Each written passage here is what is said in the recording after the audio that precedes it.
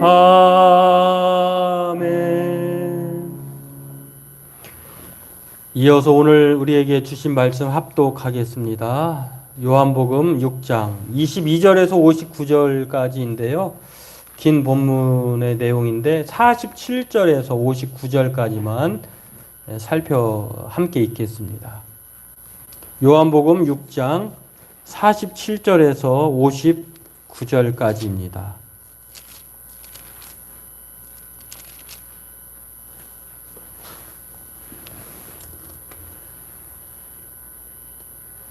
우리 함께 같이 읽겠습니다. 진실로 너희에게 이르노니 믿는 자는 영생을 가졌나니 내가 곧 생명의 떡이니라.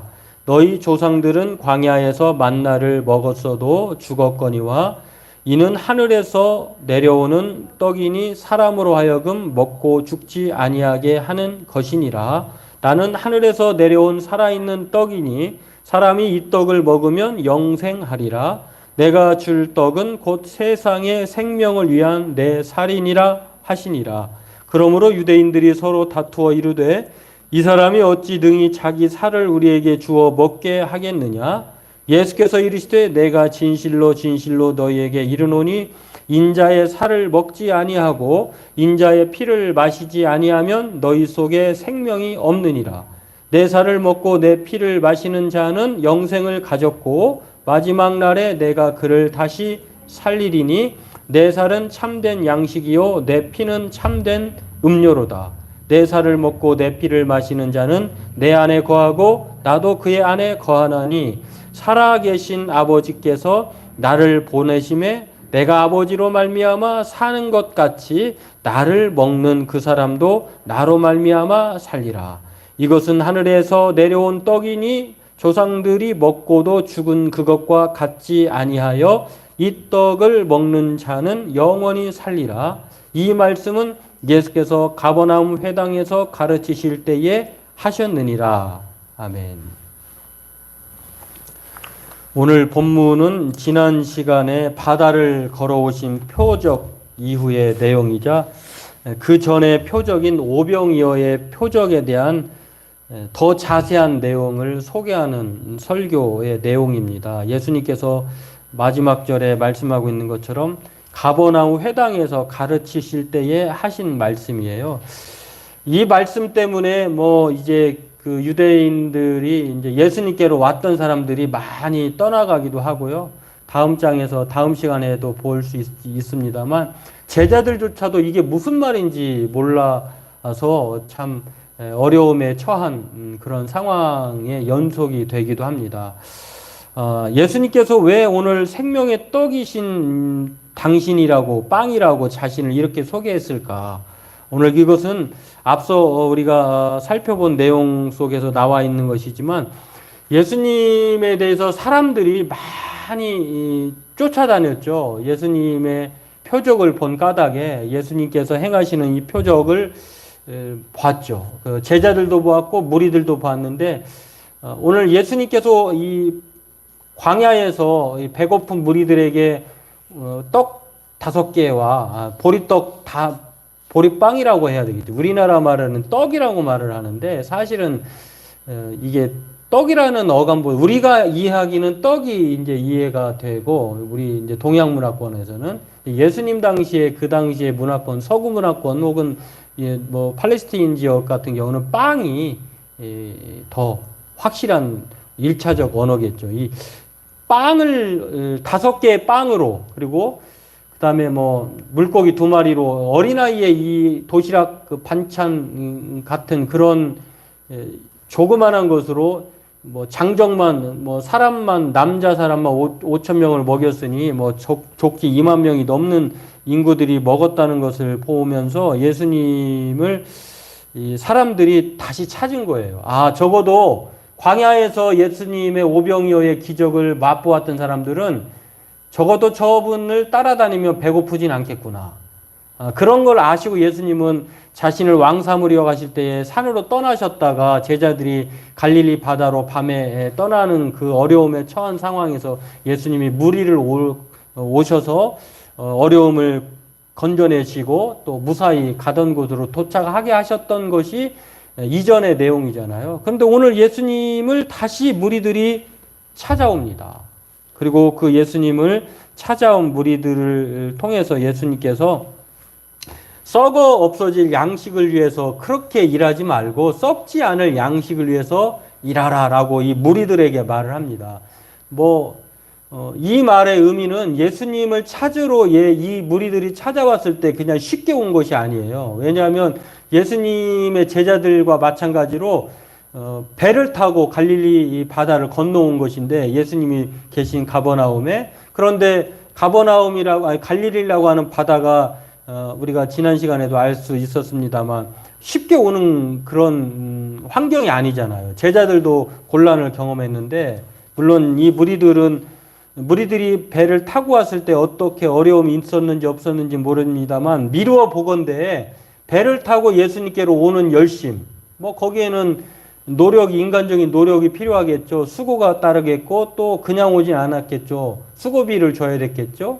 여러 가지 이유가 있었을 것입니다. 그런 수고와 노력이. 이것을 보고 예수님께서는요, 그들의 마음을 아신 거예요.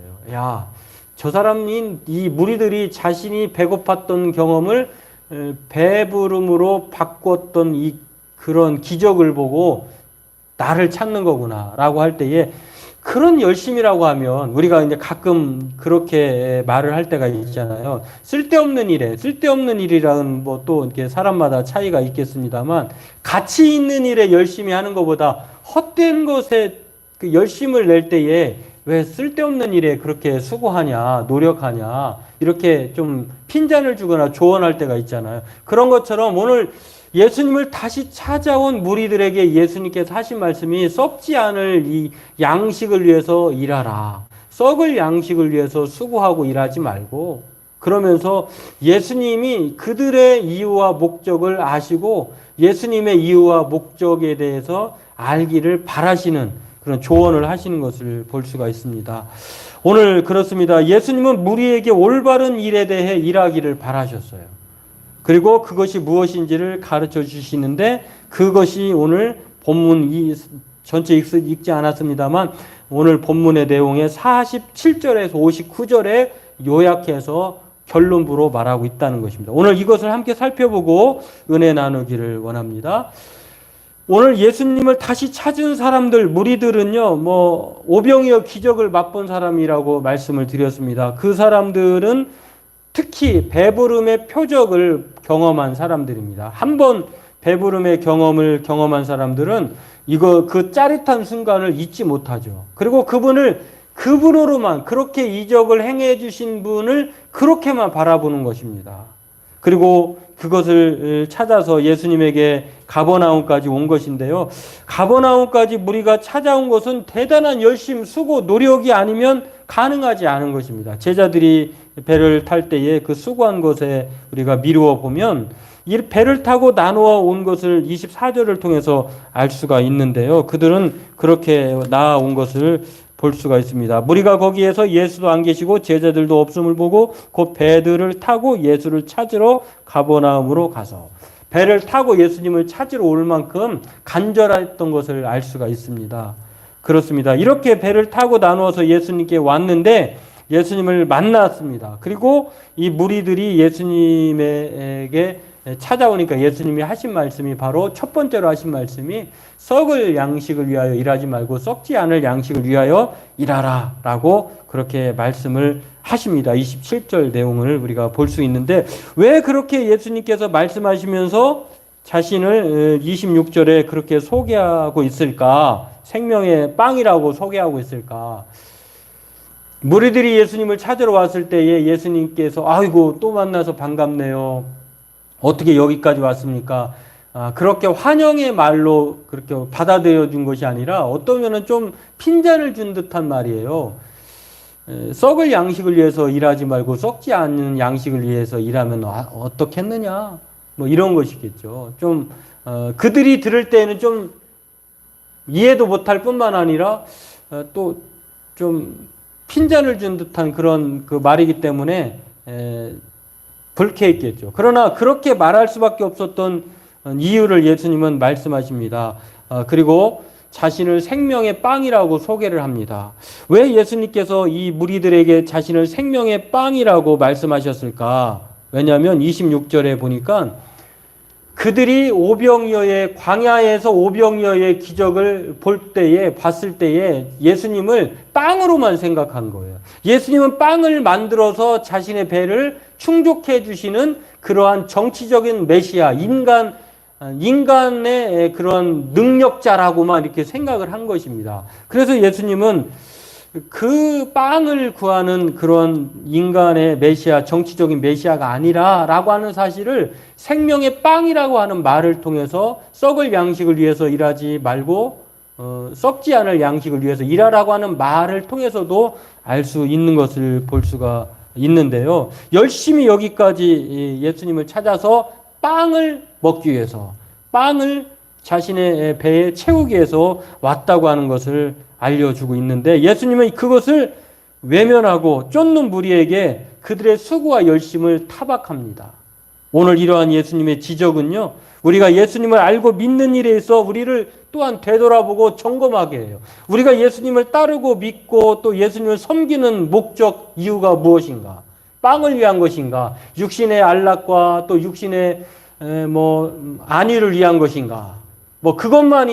그것이 없어서는 안 되겠지만 그것만이라고 생각해서는 오산이다라고 하는 것입니다. 예수님은 이 무리들에게, 그렇게 생각하고 찾아온 무리들에게 믿고 부와 명예와 평안을 위한 것으로 생각한다면 그것은 썩을 양식이다라고 말하고 있는 것을 알 수 있습니다. 이 땅에서의 삶에만 관심을 두는 반쪽짜리 신앙에 머무르지 말라라고 하는 이 지적으로 받아들일 수 있는 것인데요. 예수님이 정말 바라고 원하시는 것은 썩을 양식을 위해 있어 일하는 것만이 아니라 썩지 않을 양식을 위해 일하는 것이라고 하는 사실을 우리가 오늘 말씀을 통해서 예수님의 진심을 알 수 있습니다. 그리고 썩지 않을 양식을 위해서 일하라고 하는 예수님의 말씀은 하나님이 보내신 일을 믿는 것, 그러니까 예수님이 무리들이 찾아와서 예수님에게 빵을 보기 위해서 왔지만 예수님은 빵을 바로 보여주고 먹여주질 않아요.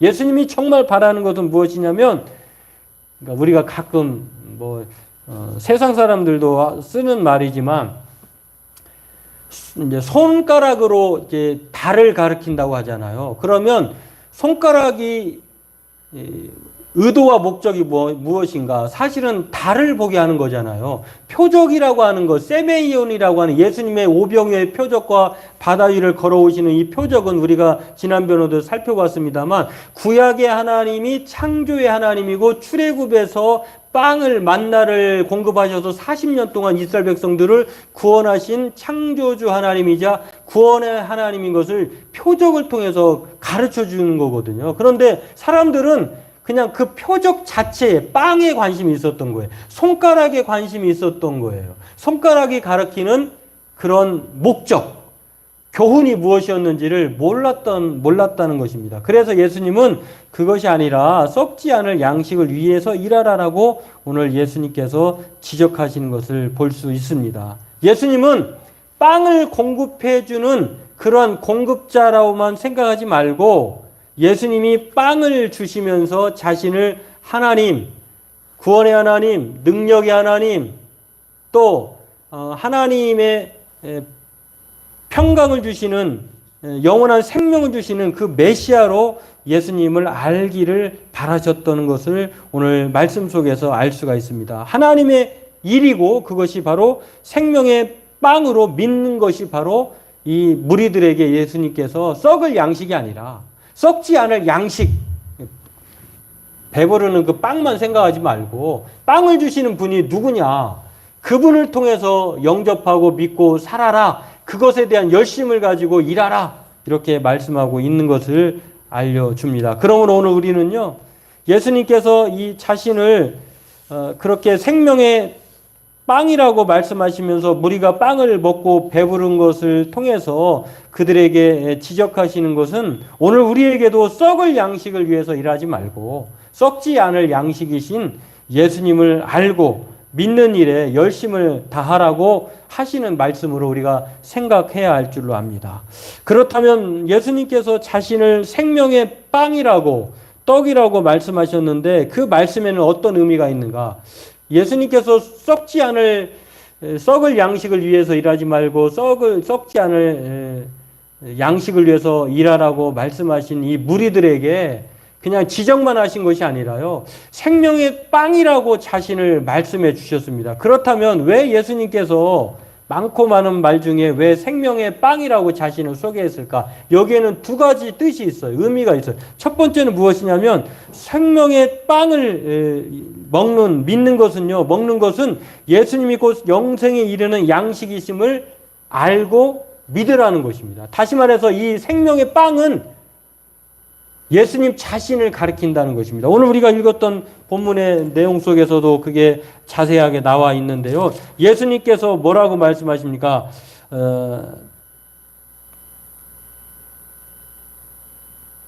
51절에 그렇게 말하죠. 하늘에서 내려온 살아있는 떡이니 나는 하늘에서 내려온 살아있는 떡이니 사람이 이 떡을 먹으면 영생하리라. 내가 줄 떡은 곧 세상의 생명을 위한 내 살이니라. 예수님 몸이 빵이라는 거예요. 하늘에서 내려온 빵.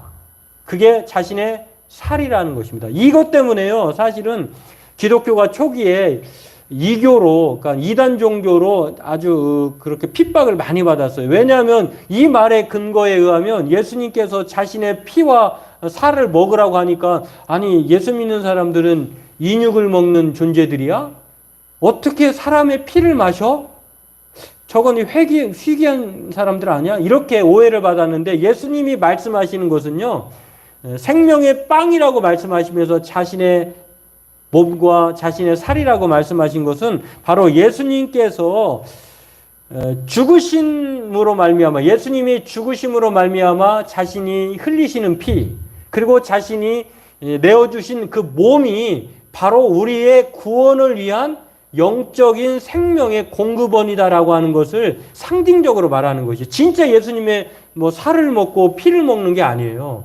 예수님의 피와 살을 먹는 것을 오해하면은 카톨릭 신자가 돼요. 왜냐하면 천주교에서는 성만찬을 할 때 이런 그 전병과 또 포도주를 이렇게 먹고 마시잖아요. 근데 그것을 그들은 예수님의 몸과 살이라고 그렇게 직접적으로 생각을 해요.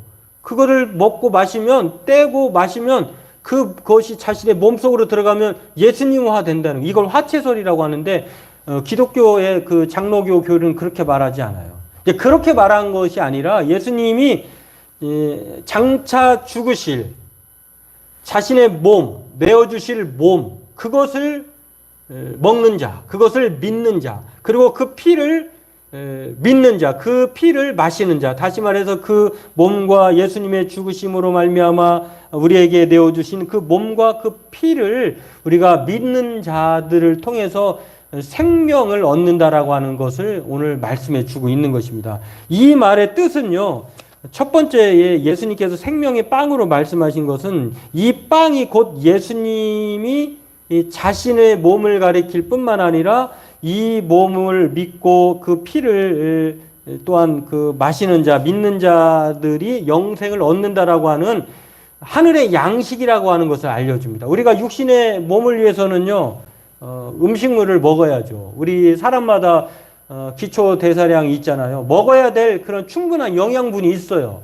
그걸 먹어야 우리가 활동을 하잖아요. 마찬가지로 그 육신의 양식을 통해서 우리가 생명을 유지하고 또 생활할 수 있는 것처럼 영적인 생명은 바로 예수님이 아니고서는, 예수님의 몸과 예수님의 피를 먹고 마시지 아니하면은 우리가 생명을 얻지 못한다는 것입니다. 죽음 이후에 하나님의 나라에 영원히 살 그런 영생을 우리가 얻을 수 없다는 것입니다. 그런 면에서 오늘 예수님께서 말씀하시는 것은요, 사람들이 이 오병이어를 통해서 육신의 배를 채웠습니다. 그리고 그것은 이 세상을 삶을 살게 해요.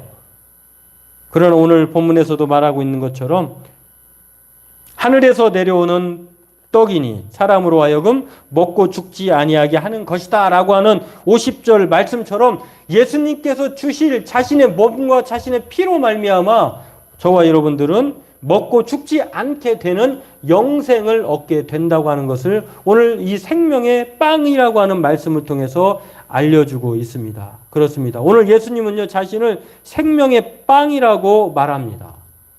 그리고 이 빵을 광야에서 자신의 조상들인 유대인들의 조상들이 하늘에서 내려주는 만나로 말미암아 그들이 40년 동안 생존했잖아요. 그런 것처럼, 그러나 그 만나와 자신이 주는 이 하늘의 양식 빵과는 다른 점이 있다는 것입니다. 그것은 무엇이냐면 광야에서 먹었던 만나는 먹은 사람들은 영원히 살지 않고 광야에서 생을 마감했어요. 그러나 예수님을 믿고 영접하고 따르는 생명의 빵을 먹고 마시는 사람은 어떻게 되느냐? 오늘 성경은 이렇게 말을 합니다.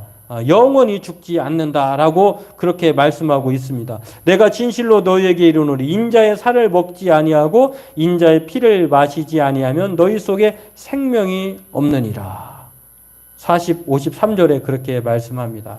그리고 57절에 살아계신 아버지께서 나를 보내심에 내가 아버지로 말미암아 사는 것 같이 나를 먹는 그 사람도 나로 말미암아 살리라.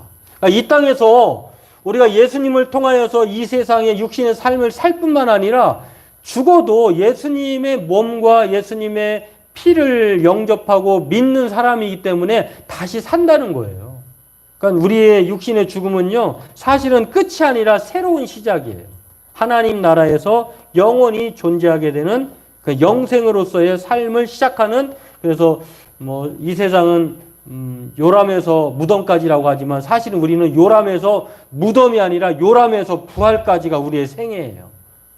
죽음은 그냥 영과 육신이 분리되는 것 뿐이지 그 이후로는 우리가 영원히 부활해서 하나님 나라에 영존하게 된다고 하는 것입니다. 오늘 첫 번째로 이 생명의 빵을 통해서 예수님께서 말씀하신 것은요, 예수님 자신이 영생에 이르는 빵이다라고 하는 것입니다. 두 번째로 오늘 우리에게 예수님께서 자신을 생명의 빵이라고 말씀하신 이유는요, 이 빵을 유대인들은, 무리들은요, 어떻게 자신들이 노력하고 수고하고 또 재배해서 먹는 걸로 이렇게 생각을 했어요. 그러나 예수님께서 이 생명의 빵이라고 말씀하신 것은 광야에서 이스라엘 백성들이 만나를 먹을 때에 모세가 준 게 아니잖아요.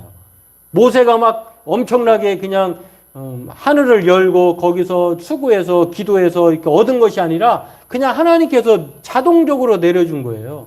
그런 것처럼 예수님이 생명의 빵이라고 말씀하신 것은 누가 노력해서 수고하고 또 무엇을 행위를 통해서 얻어지는 것이 아니라 하나님께서 그냥 내려주신 거예요. 그래서 예수님은 하늘에서 내려오셨다고 말씀하잖아요. 생명의 빵이라고 하는 것은요, 바로 모두 다 하나님께서 은혜로 값없이 내려주신 예수님을 말씀하고 있다고 하는 것을 오늘 성경은 알려주고 있습니다. 오직 자기 자신을 하나님께 보내신 자로 믿으면 이것을 먹는다. 그렇게 성경은 말을 합니다. 요한복음 6장 29절에 예수께서 대답하시되 이르시되 하나님께서 보내신 이를 믿는 것이 하나님의 일이니라. 그러니까 이스라엘 백성들, 유대인들, 무리들은요, 생명의 빵이라고 하니까 우리가 어떻게 해야 하나님의 일에 그렇게 빵을 얻을 수 있습니까? 라고 말할 때 예수님은 그 대답을 믿는 것이 곧 하나님의 일이다 이렇게 말씀했어요. 그리고 갈라디아서 2장 16절에 이렇게 말합니다. 사람이 의롭게 되는 것은 율법의 행위로 말미암음이 아니요 오직 예수 그리스도를 믿음으로 말미암아 되는 줄 알므로 우리도 그리스도로 예수를 믿나니 이는 우리가 율법의 행위로서가 아니고 그리스도를 믿음으로써 의롭다함을 얻으려 함이니라. 율법의 행위로서는 의롭다함을 얻을 육체가 없느니라. 오늘 예수님이 자신을 생명의 빵이라고 말씀하신 것은 바로 자신이 그 빵이다라고 말씀하신과 동시에 그것은 인간의 노력과 수고와 행위로서 얻어지는 것이 아니라 하나님의 선물이다. 믿을 때에 그것이 주어진다. 에베소 2장 8절도 그 믿음은 하나님의 선물이다라고 말씀을 합니다. 그러므로 오늘 저와 여러분들은요, 예수님은 생명의 떡이심을 믿으시길 바랍니다. 그 우리의 육신을 음식물로 말미암아 우리가 생존해 가듯이 우리의 영원한 생명은 바로 생명의 떡이신 예수님을 믿음으로 말미암아 그의 몸과 피를 먹고 마시지 않으면 영생을 얻을 수 없다는 것입니다. 그러므로 그것은 또한 하나님의 선물이라고 하는 것. 우리의 노력과 수고가 아니라 하나님이 우리에게 값없이 내려주신 은혜의 선물이라고 하는 사실을 오늘 기억하고, 그렇다면 오늘 우리는 어떤 일을 해야 할까요? 오늘 이 무리들이 썩을 양식을 위해서 어떻게든지 예수님을 통해서 뭔가를 쟁취해 보려고, 자기가 목표한 바를 이루어 보려고 그렇게 애써서 배를 타고 여기까지 왔어요. 그러나 예수님은 그런 수고 말고, 그런 노력 말고, 정말로 나를 알고 나를 믿고 나를 따라서 사는 그런 열심을 좀 가지면 안 되겠니? 이렇게 말씀하시는 것입니다. 오늘 그 예수님의 말씀을 우리가 잘 받아들이고 이해해서 썩을 양식을 위해서만 일하지 말고, 썩지 않을 양식, 어떻게 하면 예수님을 깊이 알까? 어떻게 하면 내 신앙이 더 예수님을 닮아갈까? 그리고 그 예수님으로 말미암아 이 세상뿐만 아니라 이 세상 이후의 삶을 영생 복락하며 살 수 있을까? 그렇게 우리가 다시 한번 돌아보면서 수고에 힘쓰는, 영생으로 말미암아 살아가는 생명의 떡이신 예수님을 통해서 우리가 그 믿음 가운데 날마다 예수님을 통하여서 생명을 얻고 누릴 뿐만 아니라 하나님의 일에 참여하는 그 믿음의 사람으로 살아가는 저와 여러분 되기를 바라겠습니다. 오늘 우리의 육신보다 더 중요한 것은 영적인 생명인 것을 기억하고, 우리가 그 하나님을 아는 일에, 믿는 일에, 영접하는 일에